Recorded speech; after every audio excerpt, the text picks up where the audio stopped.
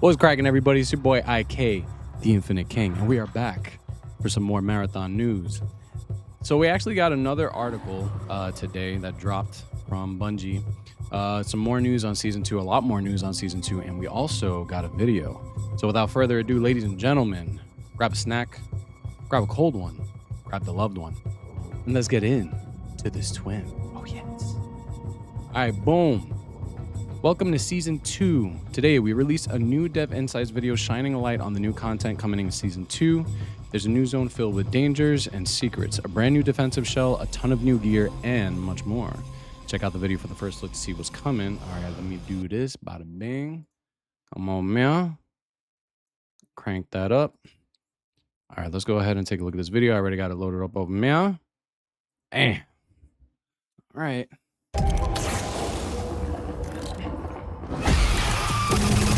When a player starts a new season, I want them to feel like we've been able to kind of recapture the magic of like week 1 of Marathon launch.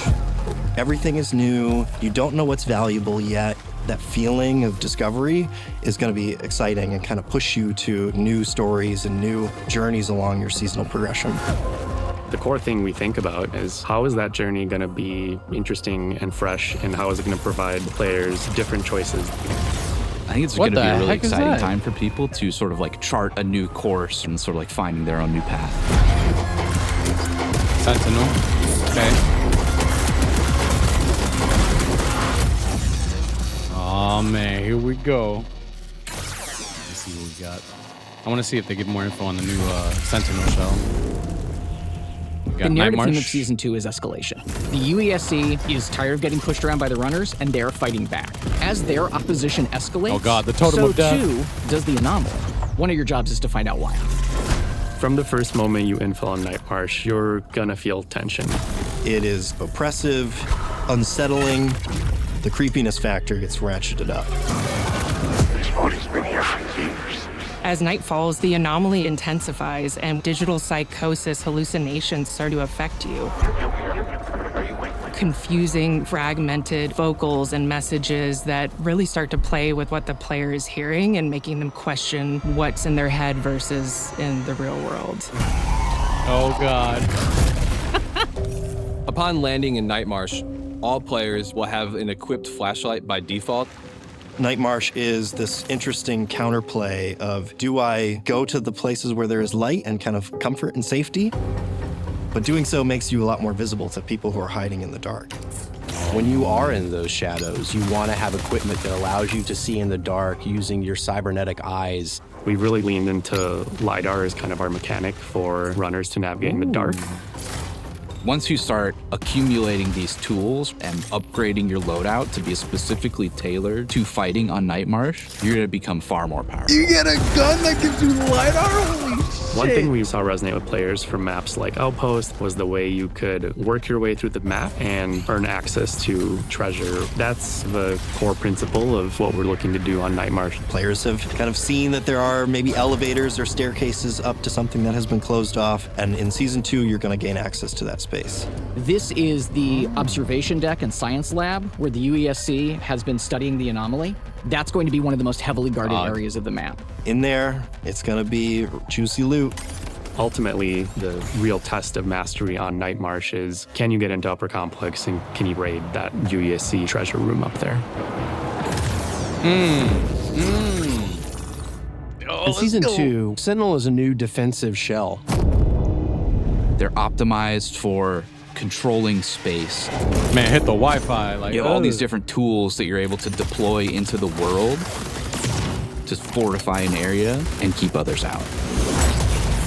You're able to put down this defender system that shoots down grenades out of the air. Whenever you take explosive damage, that's going to be a big buff to a bunch of your resistances. And additionally, when you're surrounded by enemies, your small arms are going to have increased reload speed and ready speed.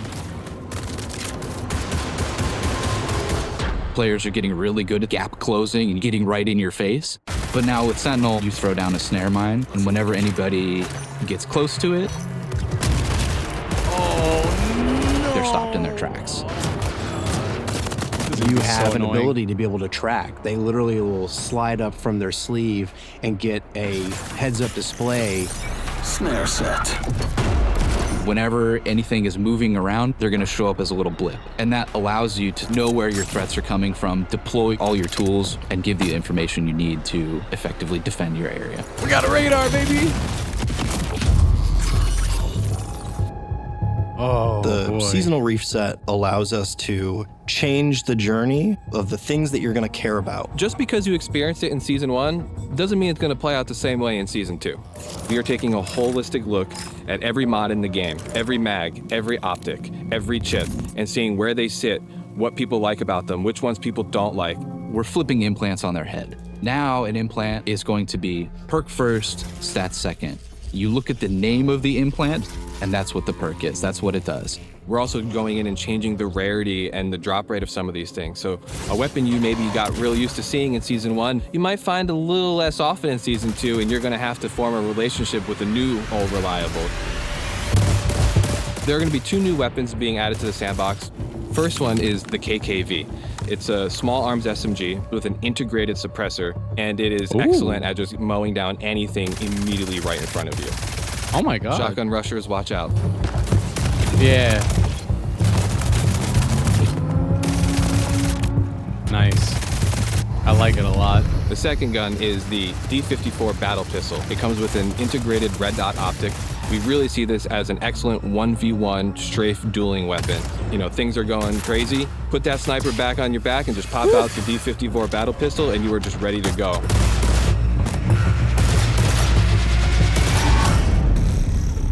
Like a pulse rifle, kind of.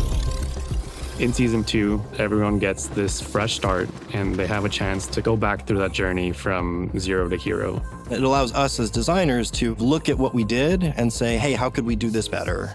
We've taken a look at a lot of our contracts, like in a single run, heavy traversal. I know everyone loves going from bio to field maintenance. Man. How do we still keep the magic, but just remove some of those frustrations where it feels like you're throwing yourself against the wall? Yeah. We're looking at things like material costs and how you're earning faction reputation, how you're earning it as a solo, how you're earning it as a crew. One of our big goals is that most Marathon players can actually max out their faction upgrades and get to VIP ranks. You're our ticket, our dead of night infiltrator. What we're really ultimately looking to do is make it so we're alleviating all of those challenges that might be blocking you from continuing to grow inside of the game. In Season 1, everything was tied to faction upgrades. If you want extra melee damage, you were having to rank up Arachne. With the Cradle, you get a single screen with all the runner shell stats, and you're able to pick how you're distributing points. Cradle XP comes from smashing down gear that you don't care about. You can batch, select a whole bunch of stuff, turn it into Cradle XP, and now you've got more stats Let's for your runners. go. If you want to be the fastest runner on Tau Ceti, you can just go all in on agility right from the start. And we're not going to penalize you for wanting to reset. If you want to pull all your stats out of one and put it into something else, you can. That system is going to give players, I think, a lot more freedom Yeah. to pick and choose how and what they want to upgrade than the faction upgrade system offered previously. Wow. As we're continuing to build seasons in the future, not just Season 2, but Season 3 and Season 4, we're going to keep hammering at how do we make it so everyone really appreciates that survival journey better. What can we improve? How can we shift this experience to just be cooler, just be more fun? I want to be able to have our game be this launching point into a whole bunch of different experiences and stories that players can have. That's sort of where it's leading to, is sort of how do we discover new frontiers for that gameplay.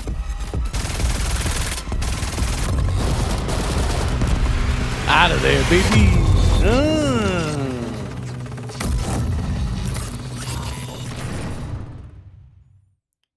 Wow.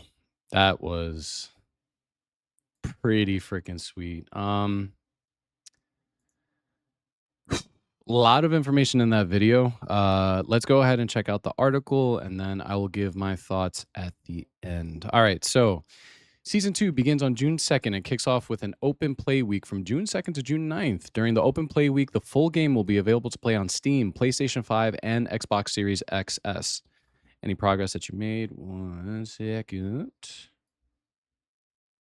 Right, that gets some of the music back. This will be a great opportunity to invite your friends up to a crew, as everyone will be starting out with a clean slate. When season 1 ends, all the assets in your vault and personalized armory access will be wiped, and your shells will be reset to factory standards to put everyone at the same starting line. It is important that we give players a chance to explore the new season together and not have to worry about going up against fully kitted out crews right out the gate. I get it. It's gonna hurt because there's definitely stuff in my vault that I haven't even used yet because I've been hoarding it just to be able to use it. But now's the week to use it. So if you have any guns, anything that you have not yet used or lost, use it now. Resets only include things related to gameplay progression. You'll keep your achievements, non-essential codex progression, and cosmetics. So basically, any of the stuff that you might have bought in terms of skins, things like that, and your lore progression, that'll stay, as well as your achievements. But guns, anything in the vault, I believe, and your upgrades that you might have done with your factions, cooked. For a full breakdown on how Marathon Seasonal Reset works, please read here. You might check that out in a different video. Darkness descends on Tau Ceti 4. Runners have had a profitable season on Tau Ceti 4, but their constant raiding has attracted the wrong kind of attention. Now the UESC is stepping up its efforts to keep Tau Ceti 4 on lockdown and protect the secrets they'd rather keep hidden. As the UESC escalate their defenses, all of this activity on Tau Ceti 4 is causing something else to awaken. The anomaly is changing, and after the sun goes down, things get much, much stranger. All right, so this was the Nightfall cinematic. We actually did a video on this yesterday, so go ahead and check that video out if you're curious about the Nightfall cinematic. New zone, Dire Marsh, Night. Dire Marsh, Night introduces a new kind of challenge to Marathon. How do you just survive when you lose one of your senses? When darkness falls on Dire Marsh, things that you thought you knew warp into the night. The anomaly blocks your path, long sight lines are obscured in the dark, and you want to be careful where you shine your flashlight. You'll never know what's lurking in the shadows. This is going to be a nightmare. Like, people are just gonna be seeing you like walking down with your little flashlight. You're gonna get sniped to oblivion. This new zone introduces new mechanics, new combatants, and locations to explore on Dire Marsh. It's built to be slower paced than Day Marsh and plays more like a survival horror experience with slightly fewer players and extra environmental challenges with navigating the darkness and threats within. Looks freaking beautiful though. Like, this game is gorgeous. Mastering the zone will require you to make use of the new equipment designed for surviving and hunting in the dark. Flashlights, a new tool all runners have access to on Night Marsh. Vector rounds, a new type of mag which creates pools of light where your bullets land, illuminating enemy runners and combatants. This is sick. I can't wait to try that. Vector grenades, same thing, which highlight the environment and illuminate nearby enemies. Dark sight scopes, which highlight the environment around you after you ADS for a brief period. Ooh. These are focused on traversal versus highlighting enemies. Okay. Interesting. Signal flares, which light up the environment and come in multiple colors. I wonder if the flares like mean anything specific. Complex control. The UESC have secured their resources on Night Marsh with advanced encryption. Kill UESC to gather their encryption certificates, or certs for short, and hack into network towers across Night Marsh to gain access to their stockpiles of weapons, healing supplies, and other loot. The UESC has also locked down the exfils on Night Marsh, and you need to collect certs to activate exfils on the map. Wow. You may have noticed staircases on Marsh that led to closed-off doors. Anomalous energy is flowing from Complex. What are the UESC hiding up there? Gather enough UESC certs to open the doors and hunt down what enemies, mysteries, and powerful loot awaits in the upper rooms of Complex Control. So it looks like, well, in general, you're going to need certs to activate the exfil. So this reminds me, they're taking elements of cryo, it looks like, and putting that into Night Marsh, which, I don't know. We're going to have to see how that works out. I'm excited about it, but I'm also curious on the barrier to actually exfilling and what that's going to mean, especially for newer players. Dire Marsh and Night Marsh availability. One of our key takeaways from Season 1 is that we want to be more judicious with how we handle the amount of queues in Marathon. Between adding Night Marsh, dual queue on a daily rotating map, and continued experimental modes, we're conscious of the impact it could have on queue health and matchmaking. So that Dire Marsh and Night Marsh will both be available at all times for at least the first week of the season. After that, the maps will rotate availability with one another every 90 minutes. Huh. I don't know how I feel about that. You'll be able to complete most of existing Dire Marsh contracts on either zone with a couple of exceptions. We're also introducing some new Night Marsh exclusive contracts. Mida and Traxxas are both interested in learning more about what the UESC are hiding in the dark, which you'll need to complete on Night Marsh. If you've unlocked and completed a run on Dire Marsh last season, you'll have access to both Dire Marsh and Night Marsh when Season 2 begins. Same rules apply for Outpost. Otherwise, both marshes unlock at runner level 3. Interesting. So they're kind of creating a barrier to being able to play Night Marsh by completing a run on Day Marsh, which it makes sense. Like, you got to be able to exfil if you want to try to get access to something that's harder. So there's a barrier there, but I think especially with the people that have been playing from Season 1, that'll be easily on through. New runner shell, Sentinel. Season 2 introduces Sentinel, a new shell built for controlling space and defending areas. If you want to protect your team from a rocket drone barrage during a clutch final exfil or turn the tides on an aggressive team rushing you down, this is your runner. Sentinel's prime ability defender system deploys an automated laser platform which identifies and destroys incoming enemy grenades and missiles, as well as boosting weapons handling for all nearby crewmates. Keep an eye on how many charges it has left to destroy particles. It can't block those rocket drone barrages forever. So sick. So sick. Snare Mine. Sentinel's tactical ability is a thrown proximity triggered mine that will detonate into several immobilizing submunitions. Bait enemies into your traps and lock them in place to finish them before they can escape. Sentinel's passive trait, Castle Doctrine, grants increased resistances after taking splash damage and faster weapons handling for close range weapons when surrounded by enemies. Prey Tracker, their trait ability, will activate a short-range motion tracking system that allows them to see nearby moving targets on radar. Use this to gather a bit of extra intel on who or what's moving around you and set up your defenses accordingly. I'm very curious about the radar and what type of radar that's going to be. I'm very used to, at this point, the Destiny 2 radar, which is more of like a cake slice.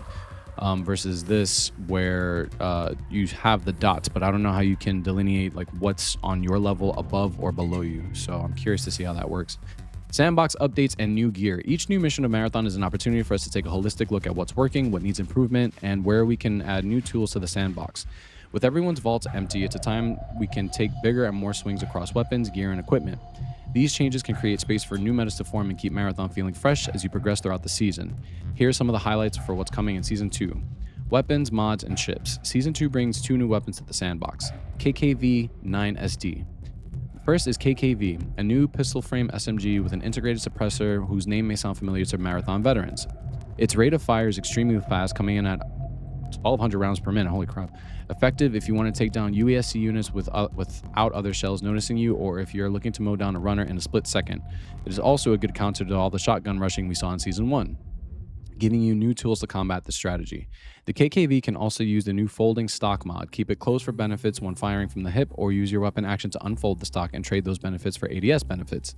This mod can also be used by the new battle pistol. Interesting. So they have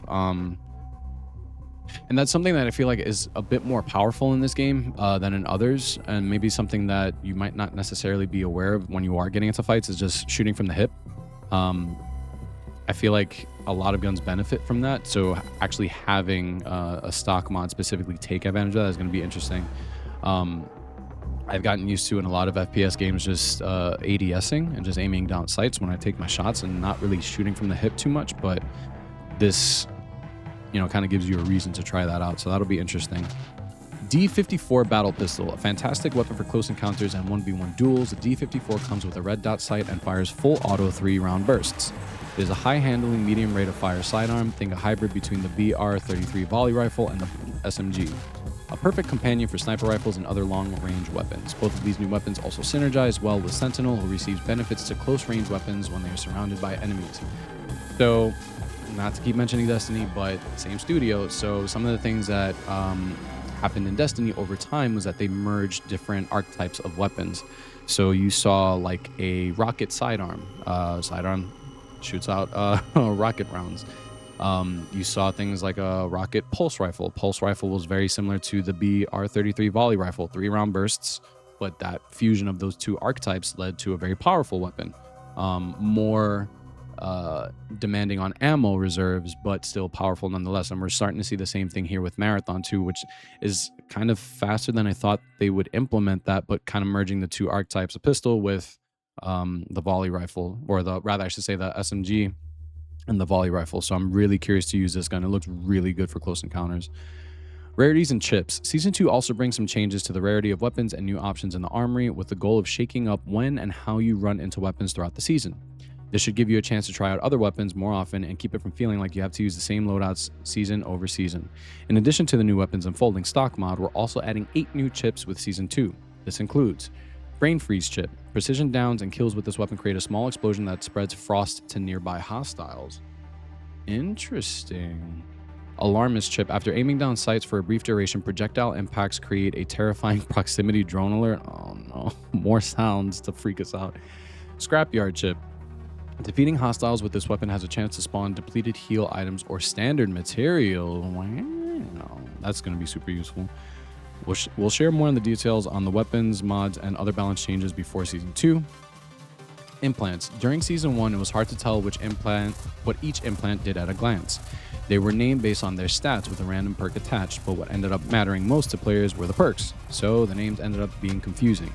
In Season 2, implants are now defined by their perk first and have fixed stats, with the name of each implant reflecting its perk. Thank you. When you check into your vault or quickly looting, it should be easier to tell them apart and choose which one fits your build. All of your favorite implants are still there, split between head, torso, and legs, and they still give a stat benefit that scales with each rarity tier. From gray all the way up to gold, with this update, some implants will now only exist at higher rarity tiers, as we want to balance the power of high utility perks like Logic Bomb or Triage Cloaking Device with how easy they are to access. So yeah, I mean, that was like a complaint from Season 1. The mods, how they looked, and not being able to visually understand, like, you know, what body part they might have gone to as quickly. They did change that. I know that there was some discourse on that. I prefer the way that the mods look now. It's easier for me to be able to tell, you know, what part goes where. That's just me personally, but also kind of adding to this, this will be really, really good to just make it easier to find things that you actually want and just slot them in. So I'm down. New system, the Cradle. One of our goals with seasonal updates is to improve and update the way you progress throughout the season so your climbs feel different each time. To that, in Season 2, we're introducing a new system called the Cradle, which is where you'll go to improve your runner shell across the course of the season. Alright, so let's see. Direct energy to your weave worm colonies to customize the stats of your shells, increase your availability energy by completing contracts or sacrificing items in your vault to the matter converter. Alright, so this person's level 30, dexterity weave worms. Energy. Okay. This I really, really like, because as opposed to, and it looks like when you get to a certain amount, it buffs a particular stat. So this is going to be really interesting, and I wonder if it is possible to max out each one, or if you really have to try to balance it. Let's see. With the Cradle, you'll empower the weave worms that create your biocybernetic bodies to increase your runner shell stats across 6 categories and unlock powerful perks. The primary way you'll progress your stats is by using the matter converter, which turns weapons, equipment, and other items into experience for your Cradle. The better the item, the more experience you'll receive. Level up your Cradle to earn energy, which you can then allocate to any of the 6 stat categories. Hitting certain breakpoints will unlock additional perks for your runner shells. Alright, so convert matter, so you can pick all these things. Get the currency for the Cradle, and then add it to your actual runner shell. Nice.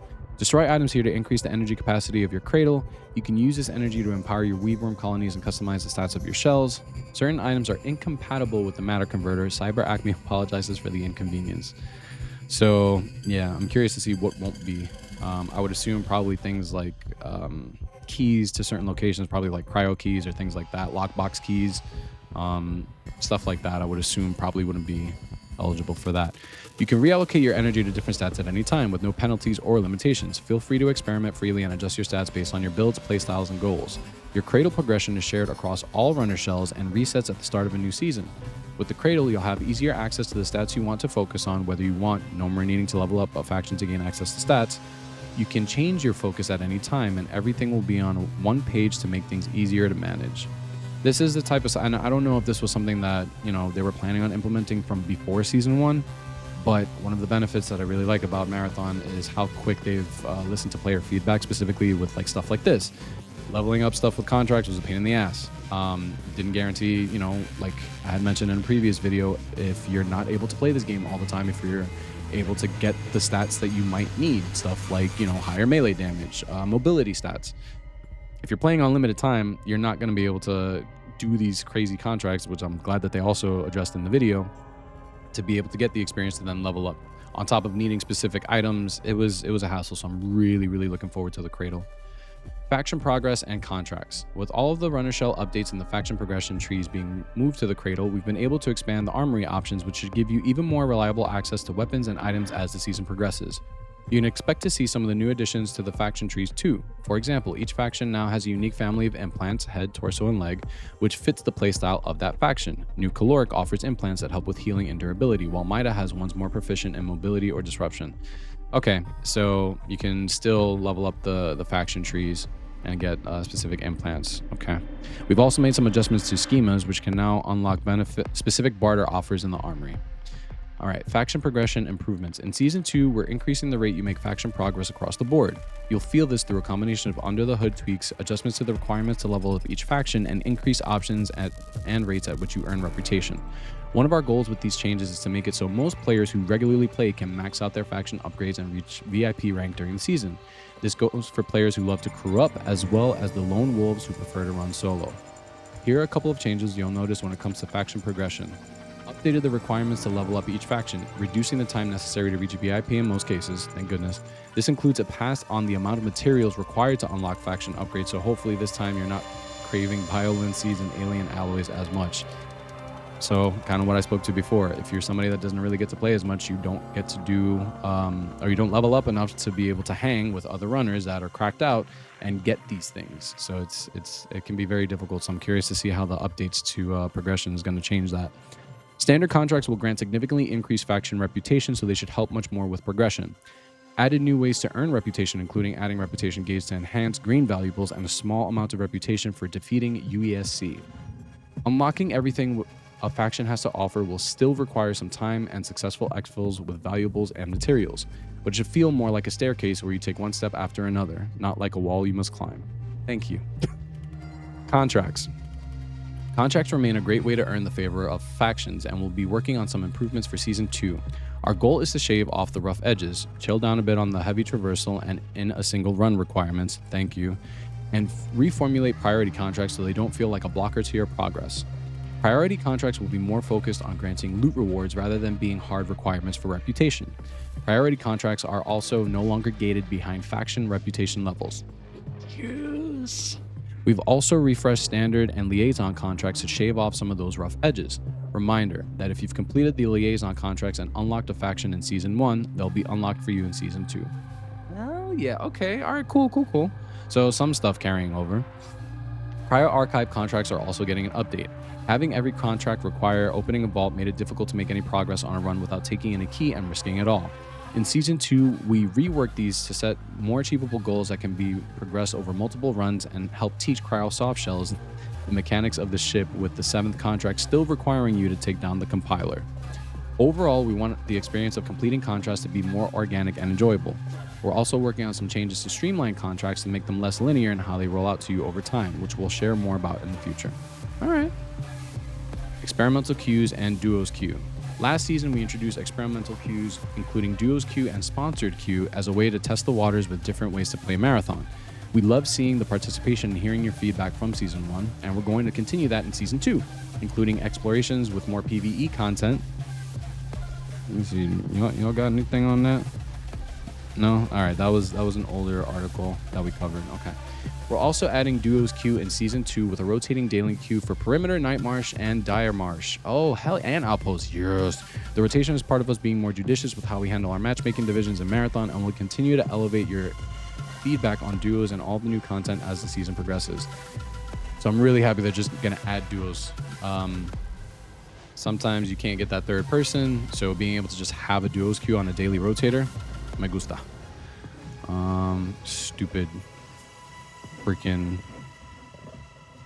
wraith or big asshole with Stupid toxic wardens, damn wardens. Rank updates. Ranked will return in Season 2 on June 14th with all new rewards across the board. We're also making some high-level changes to help simplify ranked and improve matchmaking times. This includes combining the low and high stakes mode into a single queue with a 5,000 loadout minimum value. Wow. Players must also now bring a holo tag that matches their current rank. We've also made some other additions to progression, feels a bit faster and is easier to get a bit of gear. Oh, to ease a bit of gear fear, sorry. Progression has been adjusted and should feel faster across all ranks. Win-loss point progression will be influenced by the average rank of the players in that match compared to the player. If you play against people above your rank and lose, your loss won't be as big. If you win against them though, the earnings will be higher. There's a new daily rank sponsored kit that contains a loadout appropriate for your rank. The higher your rank, the better the gear. Players can earn Arachne reputation by exfilling with a tag chip. We'll be making more improvements to ranked as Season 2 progresses, including a new system that will make it harder for ill-intended players to coordinate and team up across runs. Good, yeah. Screw y'all. Y'all freaking asshats always ruining stuff. So, I mean, I do like this. This is something that they try to pass at as well in Destiny. But I think it just makes sense. Like, if you're playing people that are of higher rank, you should be able to get, you know, more earnings from that. It makes sense. Cryo Archive returns June 11th. Cryo Archive will continue on rotation during Season 2 with the first chance to play on June 11th right after Ranked. Reminder that any of the Cryo Archive subroutines you unlock during Season 1 will carry over to Season 2. Okay, cool. Quality of life updates. In addition to all these changes, we also have a bunch of quality of life updates coming in Season 2, with more to come as the season progresses. Increased vault space. A fully upgraded vault can now hold up to 512 grid spaces of items. Thank you. I think we're at 400 now, so a nice extra 112. Added the ability to batch select items in your vault. Added a loot filter where if you select a slot you're missing on your loadout, it'll filter only the loot that you can equip in that slot. Oh, okay, so that's going to be a good like kind of visual cue. I like that. Simplified and streamlined the lobby UI so you can get into a run faster and more intuitively. This includes combining the loadout and the vault menus. Okay. Players can now access select UI screens during matchmaking, including factions, the codex settings, and more. Added new PC and console cursor speed settings. Thank you. Added new privacy settings with the name obfuscation and matchmaking timer offset. Okay. Additional game security features to speed up detection of cheats and reduce their effectiveness. Thank you. Implemented a round of CPU performance improvements as well as adding support for frame generation on PC. Performance optimization is an ongoing priority for us and we anticipate further improvements in future updates. Improvements to our network technology to reduce the rate of disconnections, particularly for players outside of the United States. All right, Marathon's Open Play Week begins June 2nd. At the start of Season 2, we're opening the gates to Marathon so everyone can experience Season 2 and the many changes made throughout Season 1. Grab your friends and crew up as everyone kicks off the season on a clean slate. Gameplay requires internet access and pay-for subscription on console, sold separately. Marathon's Open Play Week takes place from June 2nd to June 9th and includes the full game on Steam, PlayStation 5, and Xbox Series X and S. Any progress you made during the Open Play Week will carry over to Season 2. Marathon will be on sale around the start of Season 2 for Steam, PlayStation 5, and Xbox Series X and S. As a reminder, for those who already own Marathon, Season 2 gameplay content will be available for no additional cost. We getting that free. We'll be back with some more information, including patch notes, before Season 2 goes live on June 2nd. Good luck in your final days of Season 1, and we'll see you for Season 2 next week. Creepy, yeah. So, I mean, a lot of stuff. Definitely check out the article. You can always kind of go back in this video to take a look at certain things. But I think for me personally right now, the thing that I'm looking forward to the most is Sentinel. It's funny, a buddy of mine not too long ago, were actually talking about how, like what they could add for runner shells. And one of the things I brought up was kind of like a buddy system or like a turret, system. In Destiny 2, you have a class that allows you to send out buddies of different elements and they do different things. They can either heal, attack, whatever, or debuff. So I'm really, really hyped that they actually included that into the Sentinel shell. I am definitely going to be checking out Sentinel because of just the different types of abilities that it has. It makes it very versatile for a lot of different situations, and I kind of like that. I like being able to be a jack of all trades situation. So I'm definitely looking forward to that. But ladies and gentlemen, with that is your news for Season 2. A lot of really, really great stuff. I'm super interested to see what they're going to end up doing as far as the PvE stuff. I mean, we got so much stuff with season 2. We got the new shell, we got the new Night Marsh, we got new areas of Dire Marsh to be able to explore in Night Marsh, and taking some cues from Cryo and then putting that into Night Marsh is also interesting. I mean, we got the LiDAR stuff. That shit looks sick. So yeah, all in all, I'm super excited for everything that's coming in season 2. I will probably make one more video before the launch of season 2 outlining whatever else the dev team has to speak about. And then I will try and see if we can actually get some streams over on Twitch, twitch.tv/Infinite King, when season 2 does start, maybe later on in the week, next week, just to kind of see what we're working with. But yeah, a lot of good stuff to look forward to, so get ready. Remember, use all the stuff that you got in your vaults if you haven't, because now is the time to do it. And as always, ladies and gentlemen, tell somebody that you care about that you love them, because tomorrow ain't guaranteed, but today will be hype. Thank you guys so much for watching. Like, comment, subscribe, and I'll see you next time.